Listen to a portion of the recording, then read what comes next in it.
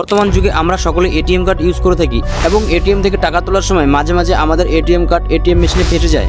চলুন জেনে নেওয়া যাক এরকম ঘটনা আপনার সাথে ঘটলে আপনার কি করা উচিত। প্রথমে জেনে নেওয়া যাক এটিএম মেশিনে এটিএম কার্ডটি ফেসে যায় কেন। কিছু কিছু কারণ বলছি, সেগুলো ভালোভাবে শুনে রাখবেন। প্রথমত, আপনার এটিএম কার্ডটি যদি কোনো রকম ভাঙা থাকে সেক্ষেত্রে এরকম হতে পারে। দ্বিতীয়ত, এটিএম মেশিনের কোনো সমস্যার জন্য এরকম হতে পারে। তৃতীয়ত, ব্যাংকের সার্ভারের জন্য এরকম হতে পারে। চতুর্থ, সেই এটিএম মেশিনে আপনার ট্রানজ্যাকশন চলাকালীন যদি কারেন্ট গিয়ে থাকে সেক্ষেত্রে এরকম হতে পারে। আপনাকে ভয় না পেয়ে এটিএম মেশিনের সামনে যে টোল ফ্রি নাম্বারটা রয়েছে সেই নাম্বারে কল করে ব্যাংকে আপনাকে জানানো প্রয়োজন। আপনি যদি ব্যাংকে ফোন করে জানান যে আপনার এই সমস্যা হয়েছে, সেক্ষেত্রে ব্যাংকের আধিকারিকরা আপনাকে কিছু গাইড করতে পারবে এবং আপনার সমস্যাটির সমাধান হয়ে যেতে পারে।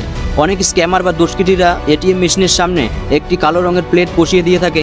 সেক্ষেত্রে আপনার এটিএমে যখন আপনি টাকা তুলতে যাবেন সেক্ষেত্রে আপনার সব ট্রানজ্যাকশন কমপ্লিট হয়ে যাওয়ার পরেও এটিএম থেকে টাকা বেরোবে না। আপনি ভাববেন যে মেশিনের কোনো সমস্যার জন্য টাকা বেরোচ্ছে না, কিন্তু আপনার অ্যাকাউন্টের থেকে টাকাটা ডেবিট করে নেওয়া হবে। সেক্ষেত্রে আপনাকে নজর রাখতে হবে যে আপনার ট্রানজ্যাকশনটি সফল হওয়ার পরে মেশিন থেকে কেন টাকা বেরোচ্ছে না। সাধারণত এরকম কিছু কিছু ঘটনা খবরে এসেছে, তাই আপনাকে সতর্ক থাকা প্রয়োজন।